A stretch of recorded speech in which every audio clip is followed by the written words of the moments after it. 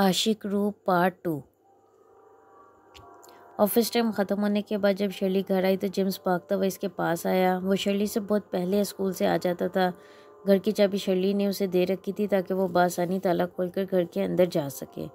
वो शर्ली के पास आकर मुसरत भरे लहजे में उससे बोला, सिस्टर आपके लिए कोई कुछ दे कर गया है। शर्ली को हैरत का झटका लगा। इसे समझने में बिल्कुल देर नहीं लगी कि हरकत किसकी हो सकती है। उसकी गैर मौजूदगी में वही कुछ दे कर जा सकता है और कोई नहीं, क्योंकि इसकी तमाम दोस्त हमेशा इससे बराह रास्त ही मुखातिब होती थी। कौन था वो? शर्ली ने फिक्रमंदी से पूछा। कोई लड़का था, बहुत अच्छा था, इसका नाम जैक था, जेम्स ने खुशी से बताया। शर्ली को हैरत के शदीद झटके लगे। इसका शक सही निकला था, क्योंकि वो किसी जैक नामी बंदे को नहीं जानती थी, और अगर जेम्स किसी जैक नाम के शख्स का नाम ले रहा था तो वो यकीनन वही नौजवान होगा। क्या देकर गया है? शर्ली ने पूछा। जेम्स अपने कमरे में चला गया और जब वापस आया तो इसके हाथ में फूलों का गुलदस्ता मौजूद था। शर्ली ने फूलों का गुलदस्ता जेम्स के हाथों से ले लिया। फूलों के बीच एक कार्ड भी मौजूद था जिस पर लिखा था, from Jack with love. Shirley ने फूल एक तरफ रख दी और जेम्स से बेयकीनी से बोली, वो दिखता कैसा था? जेम्स ने जब उसका हुलिया बताया तो उसके रोंगटे खड़े हो गए। ये इसी नौजवान का हुलिया था। शर्ली परेशानी से जेम्स को इधर उधर चेक करने लगी कि कहीं वो इसे कोई नुकसान तो नहीं पहुंचा गया। मैं ठीक हूँ, इसने मुझे कोई नुकसान नहीं पहुंचाया, जेम्स समझ कर बोला। क्या कह रहा था वो? शर्ली ने पूछा। मैं स्कूल से आ रहा था कि वो मुझे घर के बाहर फूलों का गुलदस्ता लिए खड़ा नजर आया। इसने मेरे पास आकर बस इतना कहा कि मैं ये गुलदस्ता आपको दे दूँ, जेम्स ने बताया। शर्ली ने वो गुलदस्ता उठाया, दरवाज़ा खोलकर बाहर कूड़ेदान में फेंक आई। खबरदार जो आइंदा तुमने इस शख्स से बात की, वरना मुझसे बुरा कोई नहीं होगा, शर्ली ने चीख कर सख्ती से कहा। जेम्स घबरा कर अपने कमरे में चला गया। चंद लम्हों बाद शर्ली को अपने सख्त लहजे का एहसास हुआ तो उसे बेहद अफसोस हुआ कि उसे जेम्स के साथ ऐसा नहीं करना चाहिए था। वो जेम्स के कमरे में जाकर मोहब्बत भरे अंदाज में बोली, नाराज़ हो मुझसे? जेम्स ने कोई जवाब ना दिया। शर्ली हल्का सा मुस्कुराकर बोली, चलो पार्क चलते हैं। जेम्स जो मुंह बनाए बैठा था पार्क का नाम सुनकर एकदम खुश हो गया। कुछ ही देर में दोनों तैयार होकर पार्क की जानिब चल पड़े। इसी असना में वो नौजवान एक दरख्त के नीचे से नमूदार हुआ और इन्हें जाता हुआ देखता रहा। इसने कूड़ेदान में पड़े हुए फूलों के गुलदस्ते को देख लिया था। वो धीरे से मुस्कुराया और इनके पीछे चल पड़ा। पार्क में लोगों का काफ़ी हजूम था। कहीं कोई जोड़ा घूमता फिरता नजर आ रहा तो कहीं कोई वालिदैन अपने बच्चों के साथ सैर को आए हुए थे। जेम्स पार्क में दूसरे बच्चों के साथ खेलता रहा और शर्ली एक तरफ बेंच पर बैठ गई, जबकि जैक शर्ली से कुछ फासले पर खड़ा उसे देखने लगा। शर्ली मुसलसल किसी की नज़रें खुद पर महसूस कर रही थी। इसने नज़रें उठाकर इस सिमत देखा तो अपने सामने कुछ फासले पर जैक को देखकर कांप उठी और उसे हरासा निगाहों से देखने लगी। शर्ली को इसे यहाँ चले आने पर भी हैरत थी। वो समझने से कासिर रही कि वो नौजवान मुसलसल इसके ताक़ुब में है और या फिर यहाँ मिल जाना कोई इत्तफाक है। शर्ली ने जेम्स को आवाज़ लगाई तो जेम्स भागता हुआ इसके पास आ गया। चलो बहुत खेल लिया, आओ घर चलें, शर्ली ने घबराए हुए लहजे में कहा। इतनी जल्दी सिस्टर? जेम्स ने मुंह बनाया। हाँ, शर्ली ने दो टोक अंदाज में कहा और जेम्स को लेकर घर आ गई।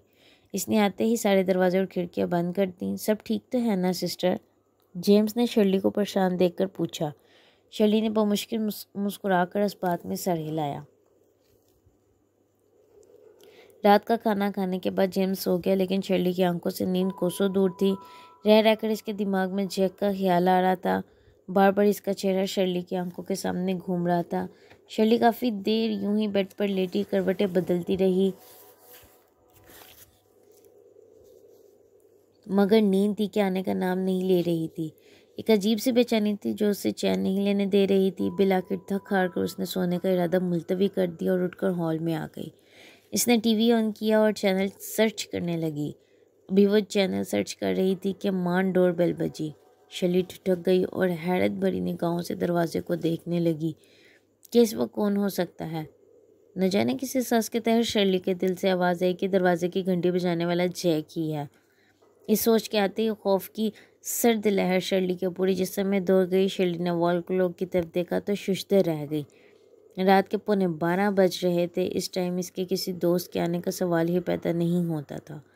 शर्ली सोफे पर बैठी दरवाजे को घूरती रही। चंद लम्हों बाद घंटी फिर से बजी। शर्ली घंटी की आवाज़ पर यूं चौंकी जैसे नींद से बेदार हो गई हो। शर्ली सोफे से उठी और डरते डरते दरवाजे तक आई। दरवाजे के पास आकर शर्ली लंबे लंबे सांस लेने लगी। बिल आखिर अपने तमाम हिम्मत और हौसले को यकजा करके घबराई हुई आवाज़ में बोली, कौन है?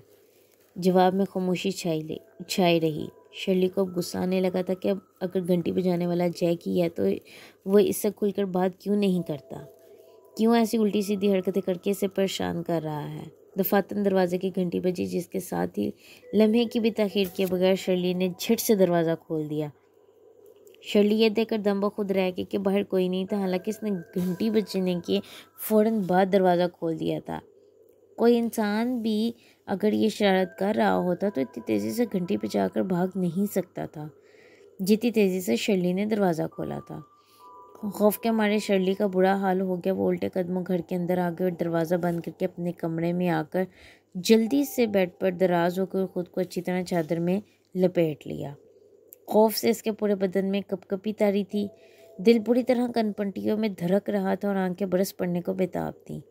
यूं ही डरते डरते न जाने कब शर्ली की आंख लग गई। नींद का सिलसिला ज़्यादा देर तक नहीं रहा होगा कि रात के किसी पर शर्ली की आंख खुल गई तो वो बावजूद कोशिश के ये जान न सकी कि इसकी आंख क्यों खुली है। शर्ली ने दोबारा सोने की काफ़ी कोशिश की मगर फिर उसे नींद ना आई। वो बेड पर खाली जहन लेटी थी कि बाहर से होने वाली किसी आहट पर इसके कान खड़े हो गए। शर्ली बेड से उतरी और आहिस्तगी से अपने कमरे के अंदर से कुंडी लगा ली। वो दरवाजे के साथ कान लगाकर बाहर से आने वाली आवाज़ों को सुनने की कोशिश करने लगी। जब भी इसे जेम्स का ख्याल आया, अपने छोटे भाई का ख्याल आते ही शर्ली में न जाने कहाँ से हौसला आ गया। उसने हाथ में हॉकी पकड़ी, आहिस्तगी से दरवाजे की कुंडी खोलकर बाहर लपकी। वह हाथ में मजबूती से हॉकी थामे दबे पाँव चलती हुई घर के कोने कोने में गई, लेकिन सब कुछ ठीक ठाक और पुरसुकून था। शर्ली जेम्स के कमरे में गई तो वो भी बेखबर सो रहा था। शर्ली ने उसे बेखबर सोता पाया और सुकून की सांस ले ली। वो अभी अपने कमरे की तरफ जा रही थी कि अचानक इसकी नज़रें घर के दरवाजे की तरफ उठ गईं, जहाँ एक गिफ्ट पैकेट देखकर शर्ली की आंखें हैरत से खुली की खुली रह गईं, साथ ही आंसुओं से भीग गई। इसे लग रहा था कि वो पागल हो जाएगी।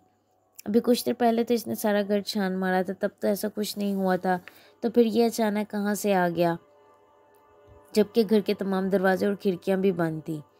शर्ली हनूज हॉकी हाथ में था। मैं गिफ्ट पैक के पास ज़मीन पर बैठकर गिफ्ट पैकेट को उठाकर हैरानी से उलट पुलट कर देखने लगी। गिफ्ट पैकेट के साथ एक पर्ची भी मौजूद थी। शर्ली ने पर्ची खोलकर इसे पढ़ना शुरू किया। तुमसे मोहब्बत की है, तुम सिर्फ मेरी हो और मैं तुम्हें किसी का होने नहीं दूंगा। बेशक तुम्हें अपना बनाने के लिए मुझे तुम्हारी या किसी और की ही जान क्यों ना लेनी पड़े, मैं ऐसा भी कर गुजरूंगा, लेकिन बेहतर होगा तुम आराम से मान जाओ, वरना मैं किसी भी हद तक जा सकता हूँ। अब तक कि तुमने मेरी हरकतें देख ही ली हैं, ये तो कुछ भी नहीं, मैं तो और भी बहुत कुछ कर सकता हूँ। शर्ली जैक का यह खत पढ़कर पसीना पसीना हो गई। उसे यकीन हो गया था कि अब तक उल्टी सीधी हरकतें करके उसे परेशान करने वाला जैक ही था, जिसकी तस्दीक वो खुद अपने हाथ में कर चुका था। मगर ये सब वो कैसे करता था, ये सवाल अभी भी बरकरार था और शर्ली की समझ से बाहर था। इसने आगे पढ़ना शुरू किया। इस गिफ्ट में मैं तुम्हारे लिए ब्लैक ड्रेस लेकर आया हूँ। कल शाम मैं तुम्हारा एक होटल में इंतज़ार करूँगा। उम्मीद है तुम ज़रूर आओगी, जैक। जैक ने हाथ में होटल का पता भी अच्छे से लिख दिया। शर्ली ने गिफ्ट खोला तो इसमें वाकई ब्लैक ड्रेस मौजूद था। जैक शर्ली से क्या चाहता था ये वाज़ेह तो हो गया था, मगर फिर भी शर्ली ने इससे कल शाम खुलकर बात करने का हतमी फ़ैसला कर लिया। अगला सारा दिन शर्ली का सोचने में गुजर गया कि वो जब जैक से मिलेगी तो वो कैसा होगा, क्या बात होगी इनके बीच। किसी वक्त तो शर्ली इसके पास न जाने का फ़ैसला कर लेती, लेकिन अगले ही लम्हे शर्ली को इसकी बात याद आ जाती, मैं किसी भी हद तक जा सकता हूँ। शाम होने तक शर्ली ने हतमी फ़ैसला कर लिया था वो जैक से ज़रूर मिलेगी, इसलिए वो खुद को ज़हनी तौर पर तैयार कर चुकी थी। शर्ली ने आज जेम्स को नहीं बताया था कि वो कहाँ जा रही है और किससे मिलने जा रही है। इसने नहा धोकर जैक का दिया हुआ ब्लैक ड्रेस पहन लिया, जिसमें इसकी गोरी रंगत चांद की तरह चमक रही थी। वह परिस्तान से आई कोई परी मालूम हो रही थी। इसने अपने गोल्डन बालों पर ब्रश पड़ा और इन्हें कमर तक खुला छोड़ दिया। शर्ली ने मेकअप नहीं किया था, उसका हुस्न मेकअप का मोहताज नहीं था। उसने होंठों पर हल्की सी लिपस्टिक लगाई, साथ में आंखों में हल्का लाइनर भी लगाया। इसके अलावा कुछ ना किया। इसने पाँव में छोटी हील वाली जूती पहनी और हाथ में जैक की पर्ची लिए, जिसमें जैक ने होटल का पता लिखा था। घर से निकल पड़ी। शर्ली ने घर को लॉक किया तो इसका दिल अनजाने खौफ से घबराने लगा। इसका दिल जेम्स को अकेले घर में छोड़कर जाने का नहीं कर रहा था। उसे डर था कि कहीं इसकी गैर मौजूदगी में कुछ गलत ना हो जाए। बहरहाल शर्ली ने ठंडी आ बड़ी और हर तरह के खौफ को अपने जहन से निकाल कर चलने लगी। सड़क पर आकर इसने एक टैक्सी वाले को हाथ का इशारा किया तो वो टैक्सी इसके पास आकर रुक गई। इसने टैक्सी वाले को वो पर्ची दिखाई जिस पर होटल का पता लिखा था। टैक्सी वाले ने वो पता पढ़कर हैरत से शर्ली को देखा और बोला, मैडम इस जगह तो ऐसा वैसा कोई होटल नहीं है। शर्ली हैरत से चौंक कर टैक्सी वाले को देखने लगी। इसने सोचा शायद इसे कोई गलतफहमी हुई है, यहाँ पर ये कभी वहाँ गया ही नहीं है। ऐसा कैसे हो सकता है? शर्ली ने हैरत से कहा। ऐसा ही है, टैक्सी वाला जोर देकर बोला, आपको गलतफहमी हुई है। शर्ली को गुस्सा आ गया क्योंकि इसे पता था कि जैक ने अगर पता लिखा है तो वाकई ऐसा कोई होटल होगा। मगर दिलचस्प बात यह थी कि शर्ली ने खुद आज तक ऐसे किसी होटल के बारे में सुना नहीं था और ना ही कभी देखा था। मुझे माफ़ कीजिए, आप किसी और के साथ चली जाएं वहाँ, टैक्सी वाले ने बेजारी से कहा और टैक्सी आगे बढ़ाकर ले गया। शर्ली अभी खड़ी कुछ सोच ही रही थी कि अचानक इसके सामने एक आलीशान खूबसूरत और बहुत ही लंबी चौड़ी ब्लैक गाड़ी आकर रुकी। शर्ली ने चौंक कर गाड़ी की तरफ देखा। गाड़ी की ड्राइविंग सीट से एक आदमी बाहर आया और पिछली सीट का दरवाज़ा खोलकर शर्ली से बड़े अदब से मुखातिब हुआ, मैम क्या आप होटल जाना चाहती हैं? शर्ली को हैरत का झटका लगा। आपको कैसे मालूम है? हमें सर जैक ने बेचा है, हम इनके मुलाजिम हैं, इस आदमी ने सादतमंदी से जवाब दिया। शर्ली ने इस बात में सर हिलाया, गाड़ी की पिछली नशिस्त पर विराजमान हो गई। इस आदमी ने दरवाज़ा बंद कर दिया और खुद ड्राइविंग सीट संभाल कर गाड़ी स्टार्ट कर दी। शर्ली को इस बात पर हैरत थी कि जैक को कैसे मालूम हुआ कि वो यहाँ खड़ी है। खैर इसमें इतना हैरान वाली बात नहीं थी। मुमकिन है ये ड्राइवर से इसके घर पिक करने गया हो मगर घर लॉक देकर वापस जा रहा हो और इसे शर्ली का यहाँ मिल जाना महज एक इत्तेफाक हो। गाड़ी बहुत बड़ी और आरामदेह थी। इस आलीशान गाड़ी और बावर्दी ड्राइवर से शर्ली अंदाज़ा कर सकती थी कि जैक एक अमीर आदमी है। 2-3 बार शर्ली को ऐसा महसूस हुआ जैसे ड्राइवर इसे बैक मिरर से देख रहा है, मगर जब शर्ली देखती तो ऐसा कुछ ना होता। ना जाने ये इसका वहम था या फिर हकीकत। सफ़र खामोशी से तय हो गया। ड्राइवर गाड़ी रोककर गाड़ी से बाहर आया और पिछली सीट का दरवाज़ा खोल दिया। शर्ली गाड़ी से बाहर आ गई और हैरानी से सामने होटल को देखने लगी। वो काफ़ी सीढ़ियाँ चढ़कर आता था जैसे कोई इबादत गाह हो। शर्ली के वहमो गुमान में भी होटल नहीं था और ना ही इतना खूबसूरत होटल इसने पहले कभी देखा था। इस जगह के बारे में इसने सुन ज़रूर रखा था मगर इस जगह ये होटल आज वो पहली बार देख रही थी। शर्ली आहिस्ता आहिस्ता धड़कते हुए दिल के साथ सीढ़ियाँ चढ़ने लगी। जब वो होटल के दरवाजे के पास पहुंची तो एक शख्स ने मुस्कुराते हुए होटल का दरवाज़ा खोल दिया। शर्ली ने सोचा कि शायद ये सब इसकी आमद के बारे में जानते हैं। वो होटल के अंदर आई तो होटल की लड़कियां गुलाब के फूल हाथ में लिए खड़ी थी। उसने जैसे ही होटल के अंदर कदम रखा तो लड़कियों ने इस पर गुलाब के फूल बरसाए। शर्ली ने हल्का सा मुस्कुराते हुए अपने ऊपर से फूल झटक दी और आगे बढ़ गई। शर्ली इतना खूबसूरत आलीशान वसी और अरीज होटल देखकर हैरान थी। ये होटल इसकी तौक़ात से भरकर था। पूरा हॉल तेज़ रोशनियों से जगमगा रहा था। सब कुछ बहुत ज़बरदस्त था। एक दराज का नौजवान पेन कोट में मलबूस शर्ली की तरफ पीठ किए हुए खड़ा था। शर्ली इसको देखकर रुक गई और जब वो नौजवान पीछे पलटा तो शर्ली की सांसें जैसे हलक में ही अटक गई। वो नौजवान जैक था। मैं जानता था तुम ज़रूर आओगी, जैक ने गर्मजोशी से कहा। शर्ली ने जवाब में कुछ नहीं कहा। वो सहमी सहमी सी खड़ी थी। जैक ने शर्ली को सर से पांव तक बड़े गौर से देखा और मुस्कुराकर अपना हाथ इसकी तरफ बढ़ा दिया और नरमी से बोला, मुझे इजाज़त दो डार्लिंग। शर्ली ने खामोशी से अपना हाथ जैक के हाथ में दे दिया और अपने खुश्क गले को तर किया। जैक इसको लेकर एक टेबल के पास आया और इसके लिए कुर्सी पीछे को खिसकाई।